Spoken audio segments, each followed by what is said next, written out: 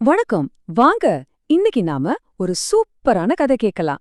ஒரு பெரிய காட்டுல நடந்த கதை இது. உண்மையான அழகுன்னா என்னன்னு இந்த கதை நமக்கு சொல்லப் போகுது. முதல்ல ஒரு கேள்வி. எது ரொம்ப அழகு? பளபளன்னு மின்னுற இறகுகளா இல்ல மத்தவங்களுக்கு உதவி செய்யற கனிவான இதயமா? வாங்க இந்த கதைக்குள்ள போய் இதுக்கு என்ன பதில் கிடைக்குதுன்னு பார்க்கலாம். சரி, கதைக்குள்ள போகலாம் வாங்க. அந்த அடர்ந்த காட்டுல 2 முக்கியமான பறவைகள் இருந்துச்சாம். ஒரு பக்கம் ரொம்பவே அழகான வானவல் மாதிரி கலரான தோகை வச்ச ஒரு மயில். அதுக்கு தன்னோட அழக நினைச்சு ரொம்பவே கர்வம். இன்னொரு பக்கம் ரொம்ப சாதாரணமா கருப்பு நிறத்துல ஒரு காக்கா. ஆனா அது ரொம்ப அடக்கமான நல்ல குணம் கொண்ட ஒரு பறவை. அந்த மயில் சும்மாவே இருக்காது.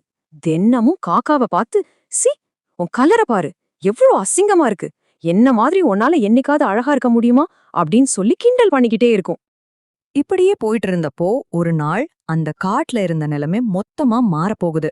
என்னாச்சுன்னு பார்க்கலாமா?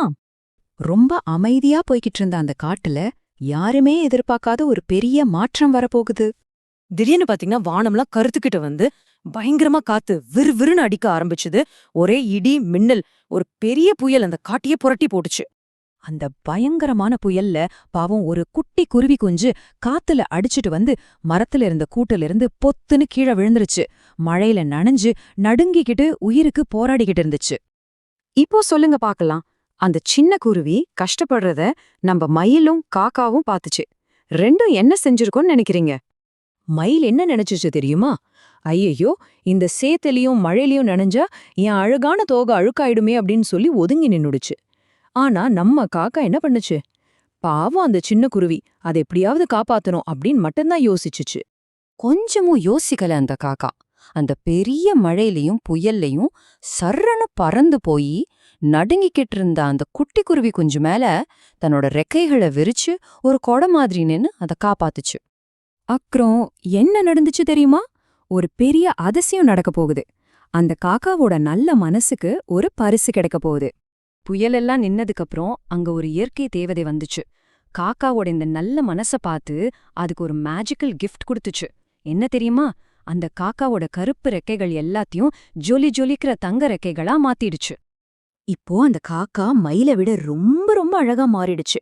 அதோட தங்க சிறகுகள் சூரிய வெளிச்சத்துல பளிச்சுன்னு மின்ன காட்டுல இருந்த எல்லா மிருகங்களும் அது ஆச்சரியமா பாத்துச்சு. இத பார்த்ததும் மயிலுக்கு ரொம்ப வெக்கமா போயிடுச்சு. தன்னோட பெருமையும் சுயநலத்தையும் நினைச்சு ரொம்ப வருத்தப்பட்டு காக்கா கிட்ட போய் தலை குனிஞ்சு என்ன மன்னிச்சிடு அப்படின்னு கேட்டுச்சு. சோ இந்த கதையிலிருந்து நாம என்ன கத்துக்கிட்டோம்? உண்மையான அழகுங்கிறது நம்மளோட வெளி தோற்றத்துல இல்ல, அது மத்தவங்களுக்கு உதவி செய்யற நம்மளோட நல்ல மனசுல தான் இருக்கு. இப்போ நீங்க சொல்லுங்க, நாம எந்த மாதிரி அழகா இருக்கணும்னு ஆசைப்படணும்?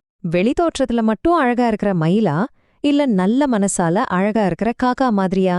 நீங்க எப்படி இருக்க போறீங்கன்னு நீங்க தான் முடிவு பண்ணணும்.